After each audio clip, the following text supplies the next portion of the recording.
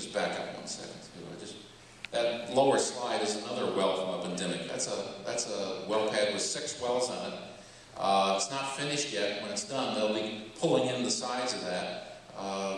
And if it were being redone today, those tanks would probably be a lot closer to each other. There wouldn't be the space in between because they used they had a pond in the middle of it, which they wouldn't be doing today. But if you look in the left-hand, sort of left central part of the screen, you'll see that there's a brand new McMansion being built there. It was built at the same time that this well pad was being done. So when people say how this is going to drive down property values, don't believe it. And of course, this is actually stole this slide from John. He'll probably tell you again, but this is about the jobs. This is the current data from the Pennsylvania Department of Labor and Industry, where I live. 71% of the workers are from PA. Remember how we heard, oh, these are all jobs going to Texans and Louisianans. That's not true. 48,000 hired since October of 2009. 9,000 new hires the last quarter.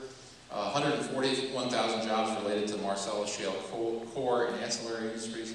And we're now up to 2.4% of Pennsylvania's total employment is in this industry or related.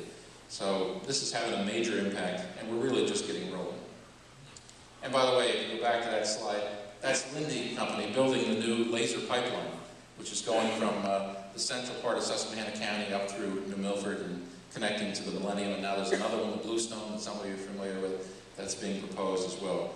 And lots of local people from all over this area being employed on those jobs. And what kind of jobs are they? John, this is the other slide I stole from John.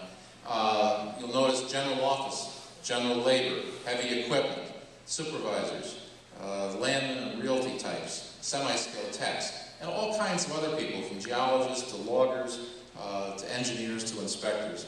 So it's a wide variety of jobs that are being created. And this, to me, is one of the most meaningful statistics. Again, the colors don't show up quite as nice as I'd like, but you'll notice 2 counties that are in yellow. The one is Bradford, where the arrow comes down. I've got arrows in the bottom here telling where it is on the table. Let me just say what these slides show. They show that Bradford County, which is the biggest drilling area in Pennsylvania, also has the lowest unemployment rate. And the only other county that's in the same category is Center County, which is where State College is, and there's also gas there.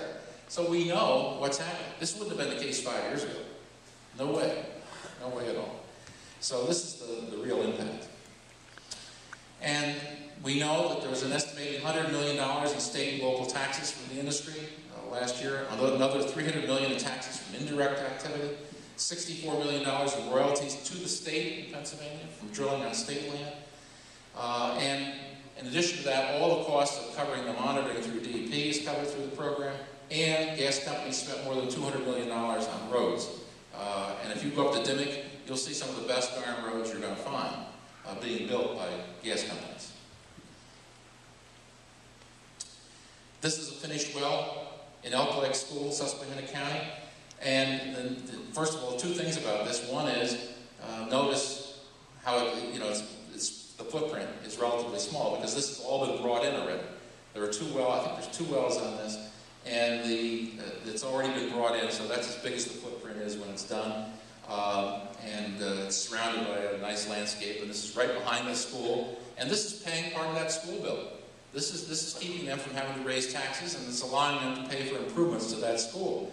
So we're seeing 2 things: revenue for the school and economic development with a tiny footprint. And this is just another view of that pad, just to give you kind of a big picture. This kind of gives you the 360 view. Shows you what it looks like. This is the back side. It's still being seeded there and graded up, but the school is right in front of us at this point. You can't quite see it, but it's right there. And this was part of the pad. It's been reseeded and regraded to the original grade. Here's the pipeline connection, which will be all finished over when it's done. You won't even see that. And then here's the pipeline, I don't know, tell me guys what it is, but it's a riser, pipeline riser. And then off in the distance, you can see another pad, way off in the distance that's being done. So you get a good sense from this what it's like. It doesn't ruin the area. It fits in very well. It's a very small footprint, and even though you can see the next well, it's off in the distance. Oops, went too fast there. So what's in it for us? To answer the question from my perspective, it's about keeping opportunities for growth here. It's about keeping our kids here with local jobs, keeping our water clean, because we can do it clean. We have done it clean. Keeping our farms as working landscapes. You see that with the pictures from Dimmick. Keeping our large and growing tracts of forest intact, which we can do if we're doing something that has some minimal disturbance. Keeping our ability to develop our own resources and your property rights. And this is just really critical, folks.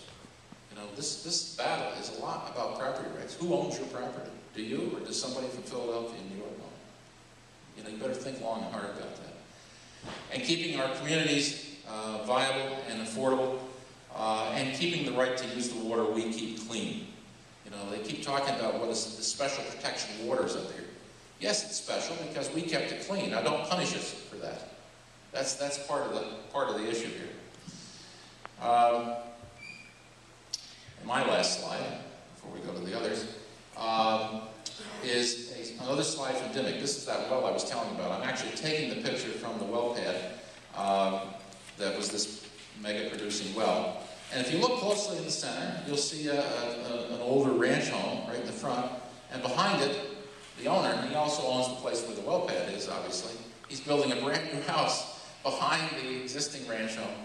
So then he'll tear down the ranch home and replace it with his new home. So what does this mean? It means that what this is all about is daily improvement in the lives of real people who live in this area. That's what it all comes down to. So I appreciate the opportunity to introduce the next speaker. I think we're going to go to John Hoko at this point. And I'll see if I can do the mechanics here while he gets going.